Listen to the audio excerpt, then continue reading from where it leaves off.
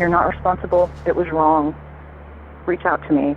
We'll connect you. I will never see, speak, or hear from Aaron Smith-Levin for the rest of my life. I've been raised since the age of 4 to follow orders, do as I was told, or risk losing everything. If we speak out, that's the only way they're going to get the strength to have the courage to do the same. Why the hell does someone have to escape to get out of a religion? I'm still shocked by the evil. This is pure evil at work.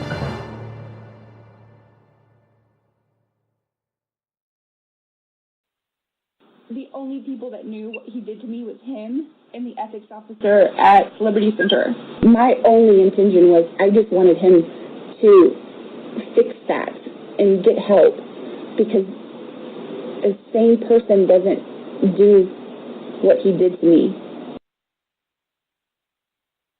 So he raped me. I went to the church as I was told. I did what they told me. They should have helped him, right? Because they didn't, it sort of enabled him to go and do it again.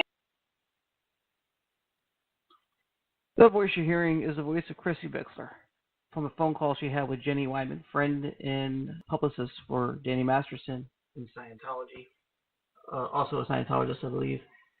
And this is an ongoing case. Well, it's waiting to be decided to go to trial by the DA, Jackie Lacey in LA. And it's important to note that Danny hasn't been charged yet, and he's not guilty of anything until proven guilty. That's the law, how the law works. But I'll be speaking in a way that would suggest that I believe he's guilty, and that's just my belief. So I'm entitled to that, and that's how I'm going to go with this. And that conversation with Jenny Wyman kind of reminiscent of what you might have heard on the Huffington Post, an audio that was released of Jenny Wyman speaking with victim B. As you may know, there were several accusers of these crimes by Danny Masterson. And victim B brought up Chrissy Bixler, and you might remember Jenny Wyman's response was, well, that doesn't count. They were dating. There's no story there. There's nothing there. Very dismissively. And Jenny brought that up too in this conversation with Chrissy, and this is how Chrissy responded. Pretty definitively, not much room for argument here. It's pretty straightforward here. Listen to this. Even if you're in a relationship with someone, if you're unconscious and the person has sex with you, that's rape. Let's just be clear about that. He admitted to me that he had sex with me while I was unconscious. I mean, it doesn't get any clearer than that. Today, I'll be talking to another one of his accusers. This being something that's pending possible charges, we didn't want to say too much, give too much of the case, or damage the case too much by saying too much. So everything we talk about today, everything you hear today will be based on public record, nothing that you can't find elsewhere. And there'll be more after the interview that I have to say about this. But one of the things that comes up is the harassment that these ladies have faced since coming forward. And they didn't even, willingly or on their own come forward to say, hey, my name is, and this is what happened to me, not to the public. That was something that was done, my understanding, to them by Danny's people and leaked in that manner. So we only have these two names, really. And we have, I think, 4 or 5 accusers, if I'm not mistaken, that we know of, that we are aware of. Every case, every description I have heard in Chrissy's own voice. I will not play it here what happened. I've heard in Bobette's own voice, Bobette Riales' own voice, what happened to her. It's nothing like hearing it. You can write about it, you can read about it all day long, but when you hear it, it's something quite different, as you just heard those clips. And I think it's important to hear their voices. That's why we're doing this today. Along the lines of the abuses and the harassment that they face since being publicly known as accusers, I can't show you, I can't demonstrate for you when Scientologists or someone on behalf of Scientology or on behalf of Danny harasses these women, car doors unlocked and open, security systems disabled, dogs murdered, people talking and taunting them in public. I can't show you that. You just hear about it. And hauntingly, very, very creepy. Bijou Phillips, Danny's own wife, had in January posted a Snapchat video on Twitter, taunting these ladies using Chrissy's own words. In case you haven't heard it, take a listen to this right here. Well, I'm pretty sure at this point that you're in a blackout state. You probably have no idea where you are. And in the morning, you won't even remember how you got home. So, It's a little hard to make out there. I tried to clear it up the best I could because it was a Snapchat filter with the squeaky voice. But essentially, she's basically talking about what it's like to go through the phases of what happened in these attacks. So let's go ahead. Let's just go ahead and get to a conversation with another one of Danny's accusers. Here it is. All right. So if you're a model, actress, multiple business owner, parent, I would think the last thing you should really have to worry about is defending your image online against your charges for being sexually assaulted. And you're probably my guest today, Bobette Riales. Thank you for being on the show so much, Bobbette. Yeah, of course. Thank you for having me. Absolutely. I know there's probably a lot of people who've been through things you've been through or similar who will appreciate you speaking out today. I personally have wavered a lot between the last 72 hours on whether this was a good idea or not, because I just don't want to hurt your case if there's a case to be hurt based on what we've been seeing. But I think we're going to talk about things today that are pretty public knowledge, things that are already kind of out there, and just so we can give a representation of what you guys have been going through. Okay. So, interesting thing, one of the last things we hear before this interview starts is Bijou Phillips basically taunting you and other victims of Danny, basically using Chrissy Bixler's words. You've obviously seen that. Yes, I have. Now, what's interesting? Go ahead. It's how to, I have no response to it because there just isn't one.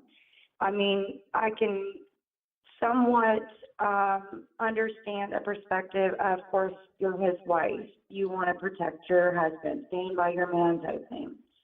But when you're blatantly mocking, any sexual assault victim for any reason, I mean, that is just,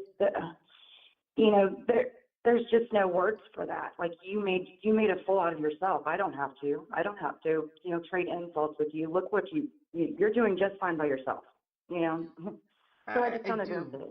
I do think it speaks for itself. I checked with you last night to be sure that we were still good for today's show, and you had indicated that something happened to you over the weekend.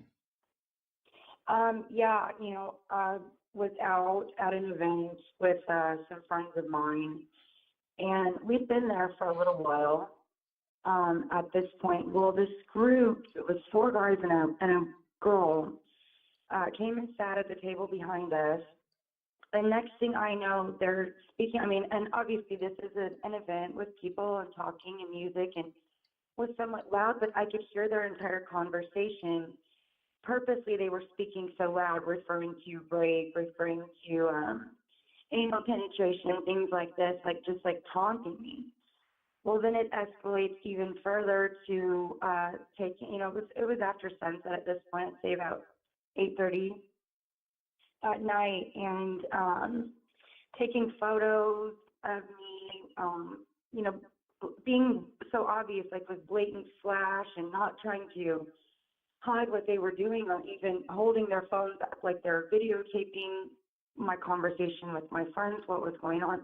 This went on for, I'd say, a little less than an hour before it was just so noticeable to me, it was making me so uncomfortable. So I, let my friends know, hey, I'm gonna head up and go home. Well, I did literally all the way to the parking lot. I guess when I got up, they did too, and still the same conversation that they were having. I kept hearing rape and things like that, and it's not the first time that things like that, have happened.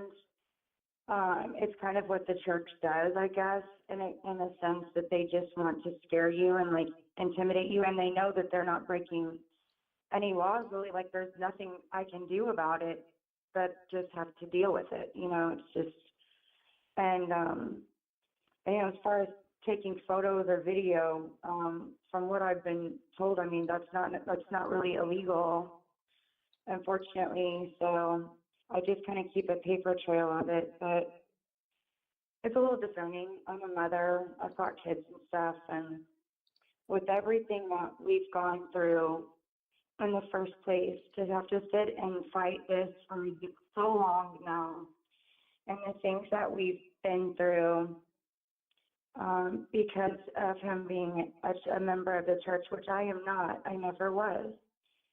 It's very difficult for me.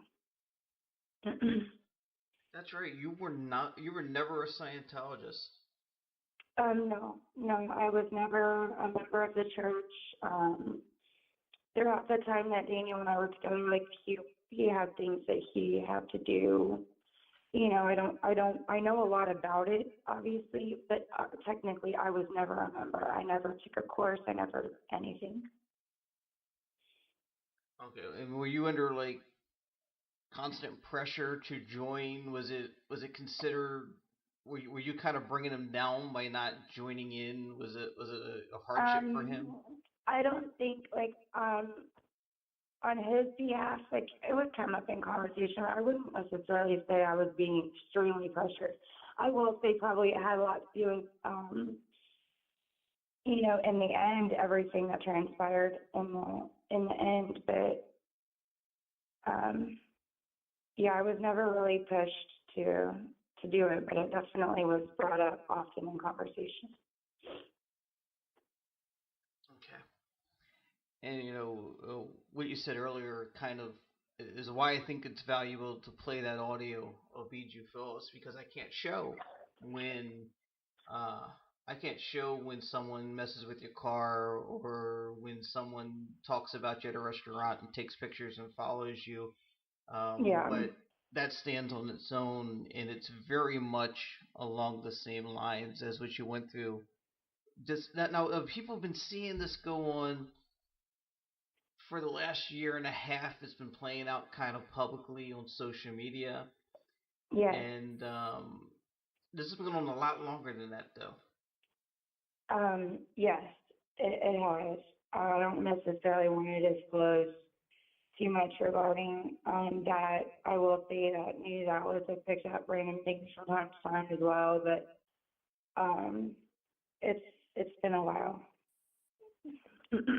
So when Chrissy was outed, because my understanding is that Chrissy Wexler did not want her name out there. She didn't want to be a public figure having this fight. She wanted to handle this privately, maybe legally, discreetly, but it was, if I'm not mistaken, it was Danny's people who outed her name. They did, yes. Because the thing is, because Chrissy had been in a relationship with him before I was, and it was just kind of already known in certain things throughout the length of us dating that we were together, or photographs and things like that. So it's not something that's like a hidden secret. We're not really anonymous people. Well, that's something I wanted to say, was because the first time I learned about you was you on Twitter defending Chrissy and saying I've been silent long enough. And I think a lot of people probably thought what I thought. Wow, where did she come from? Now she's in this. But the truth is, you were outed as well. I was, and I just addressed it. But I addressed it in a sense that I don't think it's fair to be a victim of something so horrendous and be harassed in such amazing, like, people are just, it's the level they will stoop to just get, some sort of effect out of you. I mean, it's terrible. And it's hard to deal with on top of everything else that we have going on. And we have life, we are mothers, we have jobs. I mean, to have to navigate through this daily is it's a lot to take. Okay, so that is something is a lot of people will think, oh, here's some actresses who aren't A-list trying to boost their careers at the expense of Danny Masterson in the Me Too movement, but the Me Too movement came That was after. never the point. And actually, the Me Too movement, if you really want to know, the Me Too movement came after us. And the point was just you know, I don't know that I can really answer that in a way right now. But Okay. Yeah, I don't think I can talk about that right now. But I will say that go the ahead. Me Too movement was after us, which is fine. And I'm so glad that it's actually coming to light and being discussed, because to be honest, especially in Hollywood or you know, in general, I think too, it's been going on behind the scenes for a very long time. It's just never really been talked about. But there's certain, you know, like boundaries just as a human being that you can't, you know, to do that to someone. It's I don't know. Sorry. No, I understand. I mean, you are a business owner. You have what, 4 businesses? I have 3. 3 businesses. You have kids. You have a modeling career, and I believe you're actively acting. You don't really need to attack a lower level celebrity. Why on earth would okay, I will say this. They found me. I didn't come forward for a very long time, in the sense, like, it was already known, but I just nothing got done, and I just didn't talk about it for a while. And then when it took me a long time to want to talk, which from what I know now is very normal for that, you know, I just didn't want to speak for a little bit. But once I started to talk a little more, it got easier. But why on earth would I just out of, like, nowhere attack some D-list actor that's not, like, no, you know? Yeah. Why would I do that? I mean, I don't have anything to gain by smearing him or, you know, any of that. I'm speaking my truth. It is wrong. It's so wrong that, and once I realized, my gosh, the girl's awful, and, like, me, you know, not having done anything to maybe help them. I mean, like I said, I am a mom, and I don't know. My motivation for doing this has nothing to do with, you know, I get death threats. Bring the rooster back. It's crazy. It's insane to shame me for, but, you know, he gets a pass to just continue doing what he's been doing for a very long time, apparently. Now, it seems a lot of his defense is surrounded with the whole people glomming on to a cause, but you guys aren't civilly suing. You're not looking for cash settlements. You're looking for justice. And I'm wondering, do you think the fact that he is kind of a lower level actor, that's hurt the case? Like, it's not high profile enough just because he's not a Bill Cosby? I really don't know. That's not for me to really say. I think that, you know, I don't know why it keeps getting comparative with the fact that he as a person, but then the Scientology aspect of it. It's like, you know, the crime is a crime regardless. I mean, right, that's another part of the big defense is this is an attack on a religion.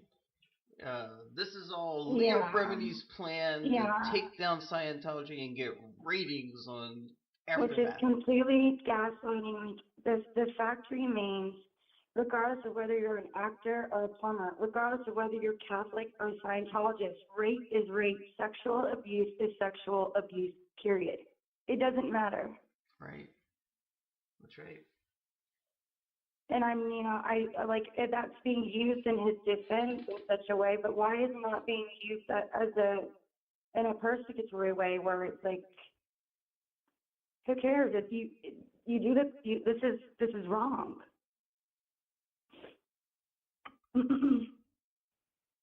Yeah, I mean,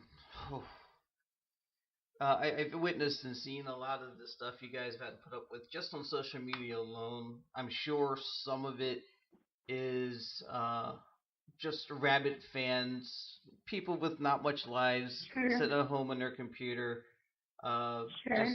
just trolling. But some of it is Scientology, we believe. Yeah, we do believe that it's both.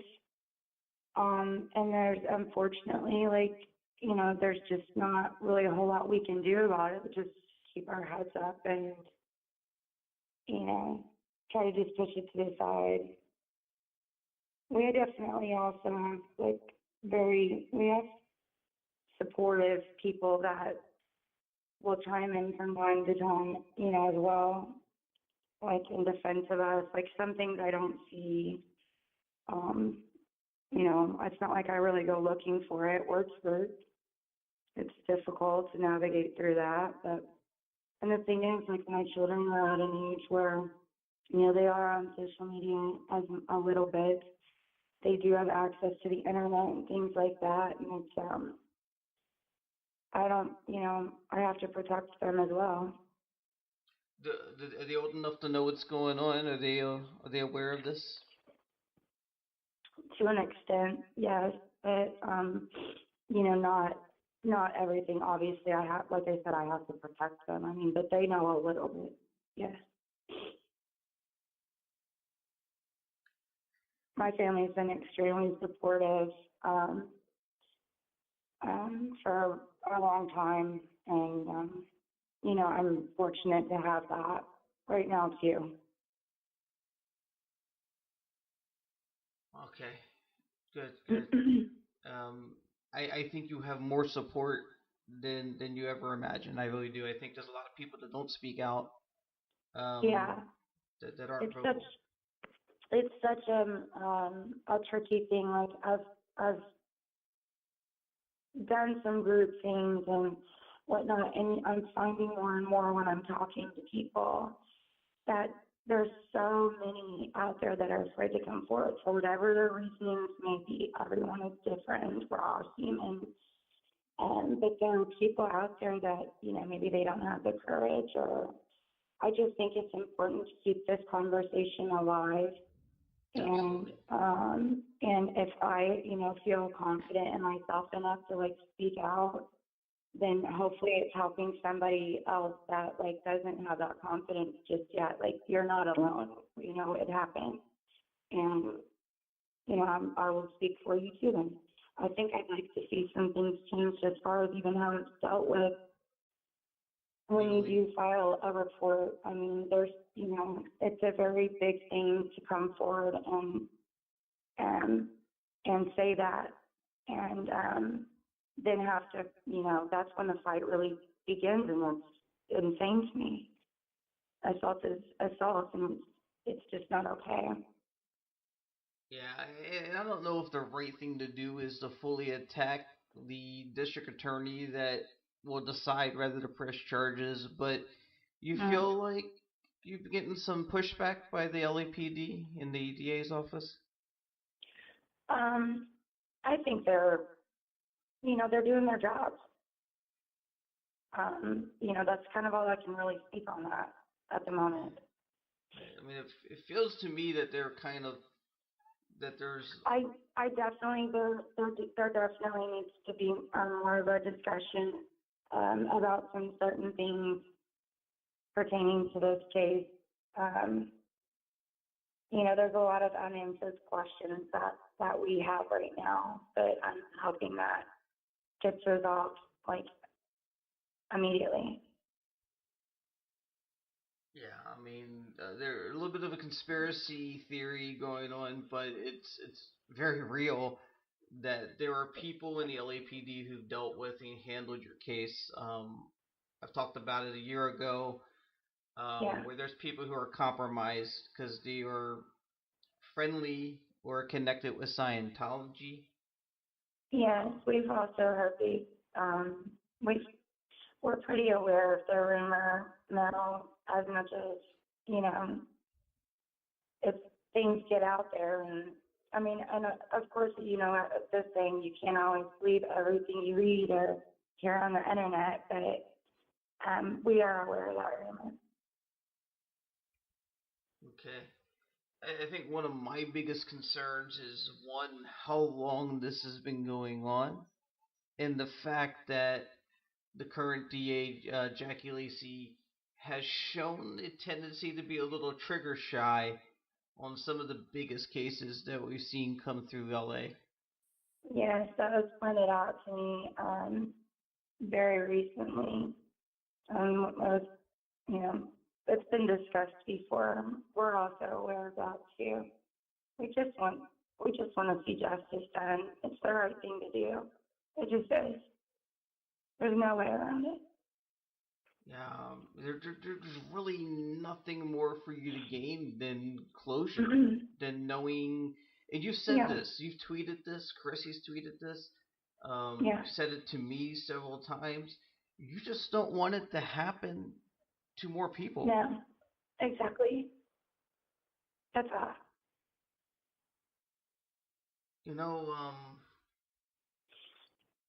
You're in the same boat as Chrissy, as in you were in a relationship.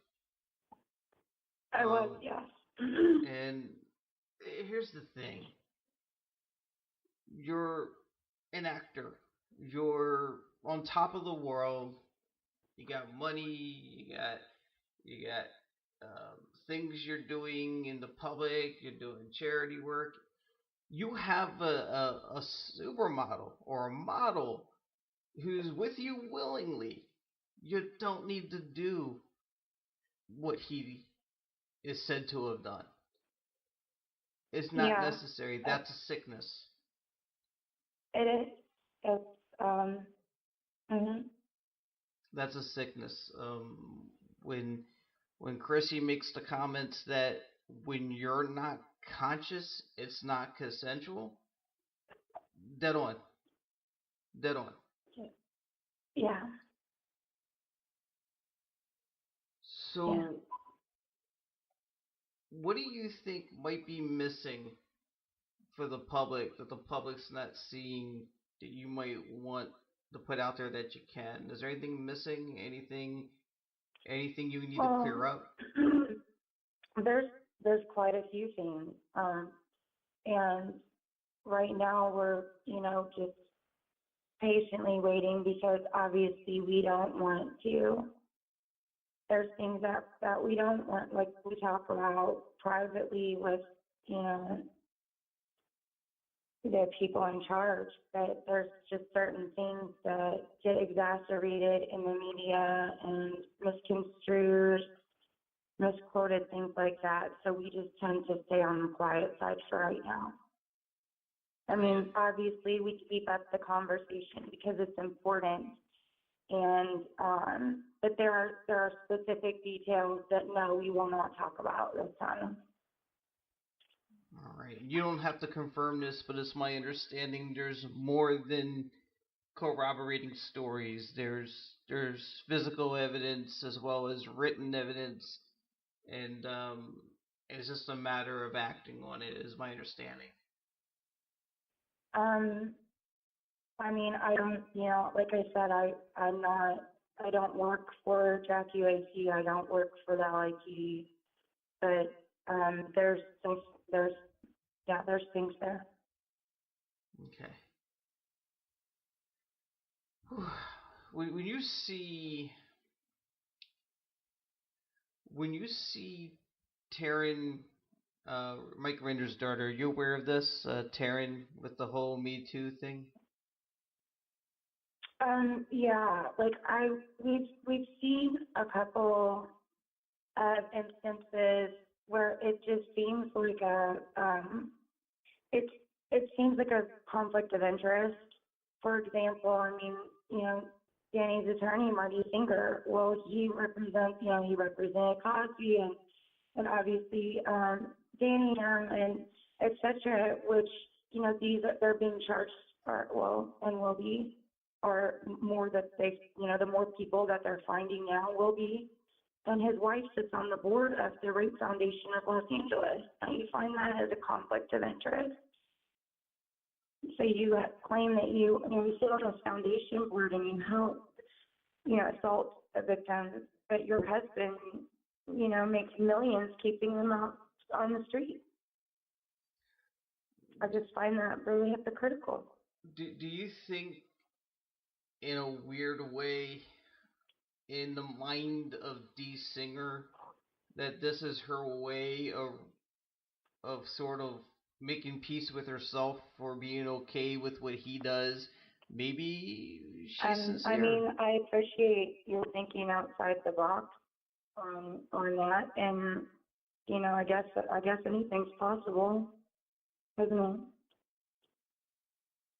Yeah, I mean, it's hard to say when this is a big piece of your frustration, I'm sure. And a lot of people... Well, I mean, when he goes on social media as a respected attorney and refers to sexual assault victims as squawkers, that we are just squawking to the media, no, we aren't. And no, I will squawk away, because this is an extremely precarious topic that, I mean, it helps people. If it's helping one person, then I'll keep squawking. Yeah, I think this has probably been a frustration for you and Chrissy and the other accusers, or Danny, as well as other people in all kinds of legal cases. When I look at the legal system and just the government in general, I see something really disturbing. It feels like it's not what it was intended to be when it was created. The courtroom is more of a competitive field anymore for wins and losses, more about human people. Yeah, that's very much so. There's a lot of red tape. There's a lot of smoke and mirrors. I mean, but at the end of the day, I still think, for the most part, we need to make more of an effort to make sure that it's about justice. I mean, it's called the justice system, right? Exactly. Yeah, I mean, I'd like to see more action, less games. It's unnecessary. Yeah. It doesn't accomplish anything to defend your client or to try a case to insult the accusers. Yeah. It's unnecessary. Yeah. Most definitely. Yeah, I would like to see some action. I mean, look. All right. Let's see. I don't know you real super well. I don't know anyone involved. I don't know Danny. I don't know the other accusers. He deserves, you got the whole thing, innocent to proven guilty. I'm fairly certain that all of you are telling the truth, by the way. But innocent to proven guilty, he deserves his day in court, but so do you. Let's have this day in court. It's a bit of a time for action right now, I think. Well, that's all we're hoping for, and we're just, being patient and abiding by what we're advised to do. That's all we can do right now. And hope. How much do you think, if you could answer this, how much do you think Scientology is holding this up?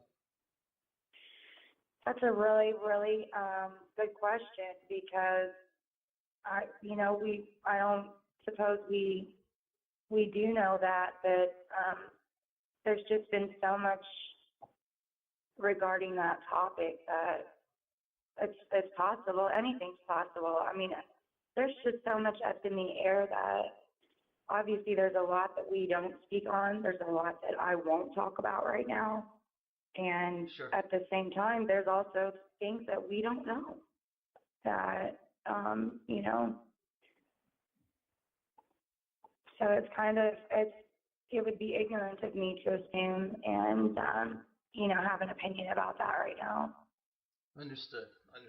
You're being very responsible, and I appreciate that. Yeah, of course. But I mean, my understanding from what I'm seeing is this has been, and I don't mean to push the topic or beat the horse, but it's been torture for you guys. It's been, yeah, to say the least. I mean, gosh, I think we need to watch this very closely. And I mean, what I mean is the people watching on the outside, the people who aren't directly involved. We need to watch this. Leah used the words last year, the world is watching when speaking to the LAPD. It's true. The world is watching.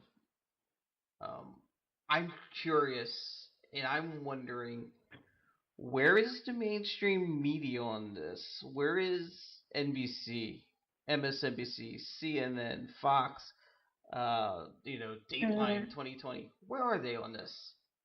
You don't hear from them. Yeah. You know, I can't answer that.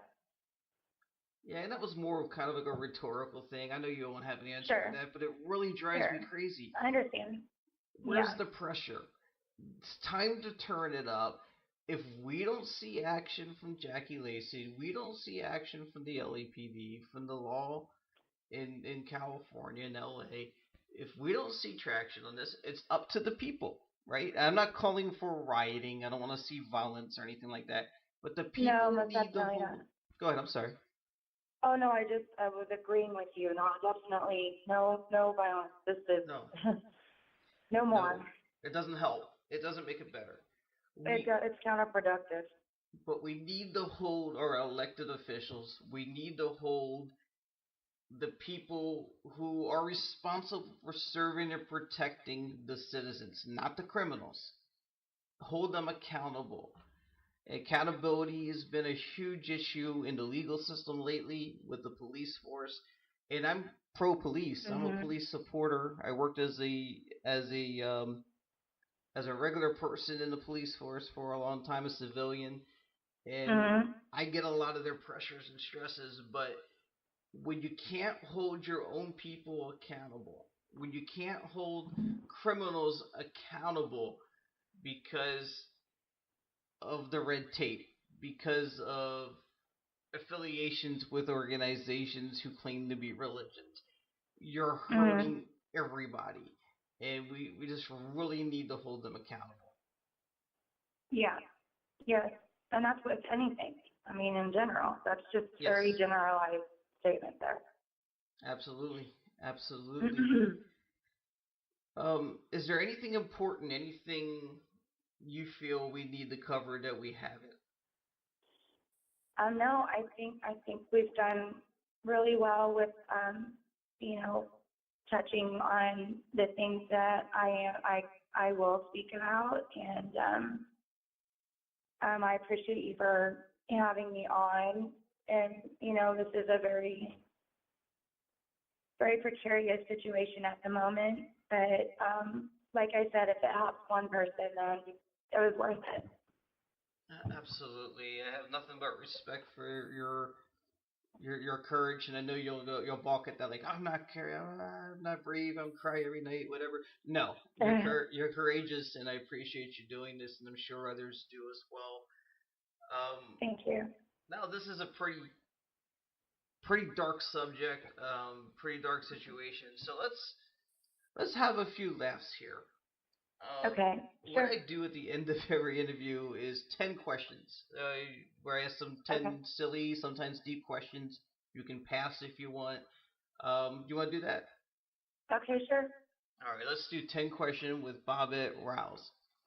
All right. Question number 1. What is the secret to being tall? As a short guy, I got to know this. What's the secret to being tall? DNA? DNA, I think it's the only answer you can give, right? Yeah. Number 2. Besides being a model, besides being an actress, besides being a business owner, and all the drama in your life that we just talked about, what keeps you grounded? My kids keep me grounded, most definitely. They also keep me on my toes, too. It's never a dull moment. I've got amazing friends and family, and I love what I do. I'm really lucky to do that. So, I can't complain. Is it easy? Is it all unicorns and rainbows? Hell no. But that's life. All right, good answer. All right, number 3, true or false? I think a lot of people think about this, think it's easy. Is modeling easy? True or false? Modeling is easy. False. It's false in the sense that, okay, obviously, yes, we travel to some amazing places. We wear some amazing clothes, and you get your hair and makeup done, but you don't see the backstory to that. That, I mean, my gosh, sometimes you're working 14, 17-hour days. You get home at night and you're just exhausted, and you don't want anybody to touch your hair because it's been ripped out all day, or your face. And, it's not as easy as just standing in front of a camera and smiling. I will always defend that. And we travel, long periods of time and immediately go to work. And it can get really lonely sometimes because really, you're kind of married to your work, and it's not like you're going on a family vacation, or you're traveling alone. You're living out of a suitcase for a while. And so there's a lot more to it. But if you, are blessed to do it, I mean, then bless you. I'm grateful that I had that opportunity and still do. All right. Somehow I had a feeling you'd have a detailed answer for that. All right. Yeah. And there's definitely a lot of misconception there. Number 4, you're a chef, right? Yes. Okay, that's not the question though. What is your featured dish? What's your best dish that you make? My featured dish, gosh, I've lived all over the world, so it kind of depends on my mood. But I will say, probably my favorite would probably be Italian. It's good hearty pasta, But honestly, I make part of my business is sandwiches. They're gourmet sandwiches, and one is from Italy, and one is just really American, and one is Cuban, and one is, I like sandwiches. So we definitely hit the variety. Well, you never know what people are in the mood for. Some days you want a taco, some days you want pizza. Yeah. All right. Excellent. You made me very hungry just now. I know, me too. I'm like, is it lunchtime yet? It's time to eat. All right. Number 5. Finish this sentence. If I had the power to make one thing happen today, it would be... Oh, gosh, that is such a loaded question. If I had the power to do one thing today, what would it be? I would feed I know this is going to sound like so Miss America crap, but I would literally feed every hungry kid in America. Actually, just in the world. If I could do one thing today, I would totally do that. Why wouldn't you? I love that answer. I love that you said around the world. It totally sounded like Miss Universe, so thank you. I want to end world hunger. But seriously, that's what I would do. I would feed every hungry kid. That's a great answer. Number 6. Social media. It's been pretty active, and it can be divisive, it can be supportive. Well, how do you feel? Do you feel it's mostly valuable resource, or that it's something you could do without? I think it's good to have it in spurts, to be honest, a little bit of both. Do I use it for work? I do, or for, socially with friends, things like that. But, for the most part, it's nice to just check out every once in a while. Put the phone down and just, live in the moment and, like, just go rogue for a few days. It's amazing. I think social media and this constant instant gratification life we all lead now, it's exhausting. It's like, isn't it though? Oh my God, you don't realize it until you take a break, right? You go, oh wow. Yeah, and then you take a break and you're like, dang, I'm tired. Okay. All right. Number 7, book, audiobook, or movie. Which do you prefer? Totally book. And like old books, like I could live in libraries. I'm such a book nut. I love the smell of them. Get lost in books. So definitely books. Let's keep grounded a little bit, right? Real, physical, tangible books. Yeah. Turn the page. Number 8. True or false? You would take the time to watch a rock, paper, scissors championship.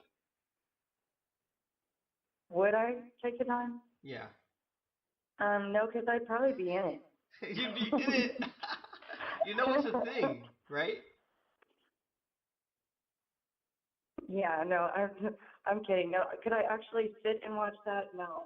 I think I'm losing brain cells even considering it. But to actually play for a little bit, maybe. I'll Very go down real on that for a little while. championship, by the way. I'm also learning there's tag championships and stuff. I didn't realize, literally ESPN the other day had on a cornhole championship that Johnsonville Bratwurst put on, and I was like, is this, I thought it was being, is this for real? I was like, this is a spoof. This is a joke, right?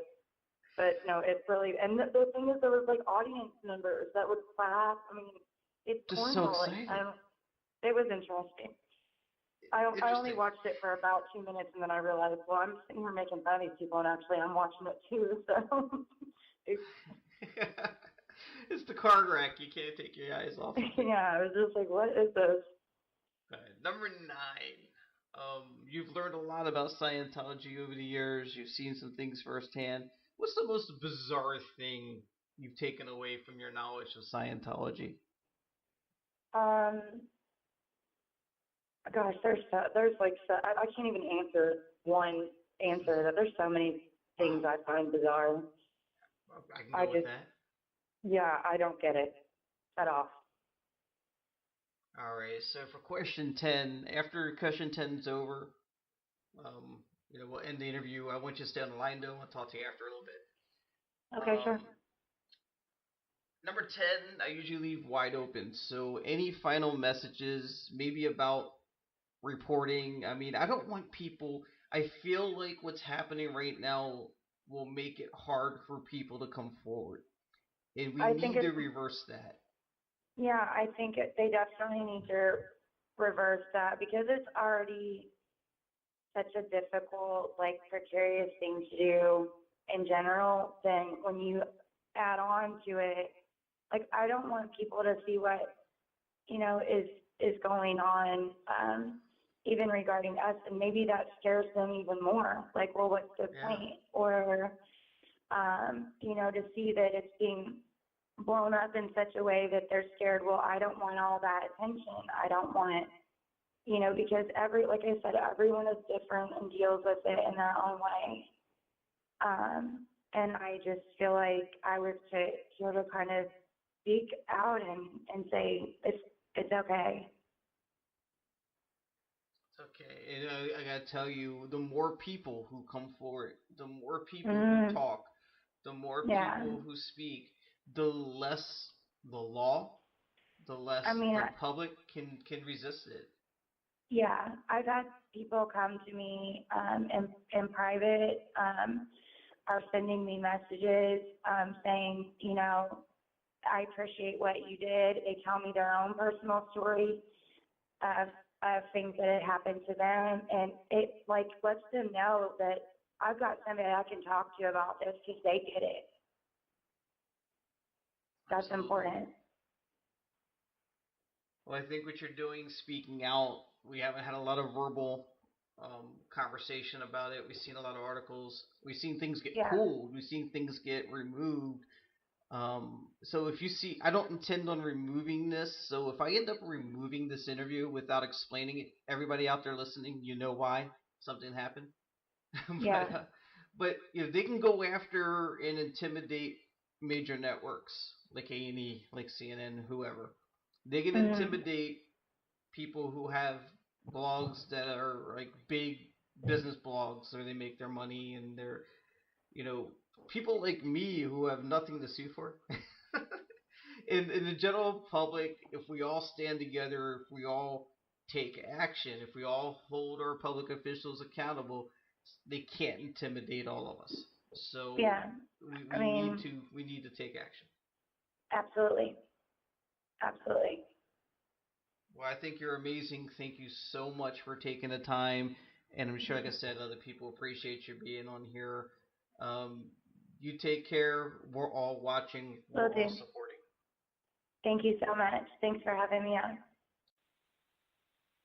Okay, so that was Bobette Riales, accuser of Danny Masterson. Early in the podcast, you heard from Gracie Bixler, and of course, the taunting of Bijou Phillips.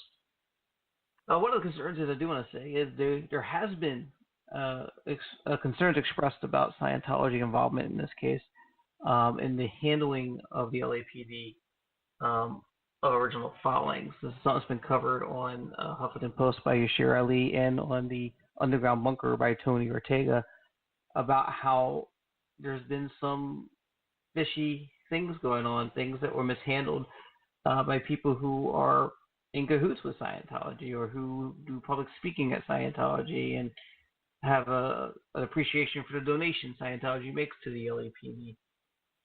Going back to the Huffington Post article by Yashir Ali, talks about in 2004 how victim B filed a police report, and 50 people were brought in from Scientology to deny her claims and make her out to be a phony.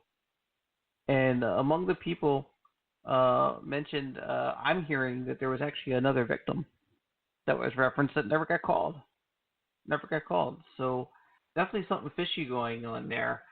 And then you can ask, how much does Scientology and how much does Jackie Lacey protecting her own factor into it? Doesn't look like it's just Scientology, though. Jackie Lacey has a history, as I said in the interview, of being gun shy or trigger shy when pressing charges against real actual criminals that actually hurt bad people.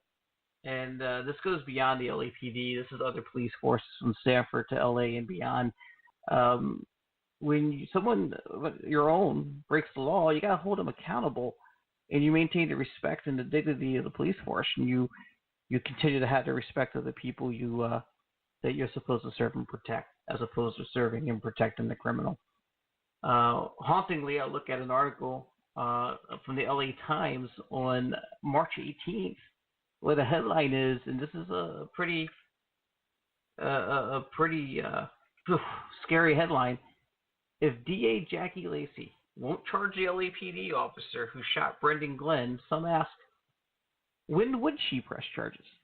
So there's been multiple times where police have inappropriately murdered citizens, for lack of a better way of expressing it, and Jackie Lacey was completely inactive. She took inaction. In fact, some say this particular case, she went out of her way to protect the deputy that shot Brendan Glenn. So what's going on? When would she prosecute?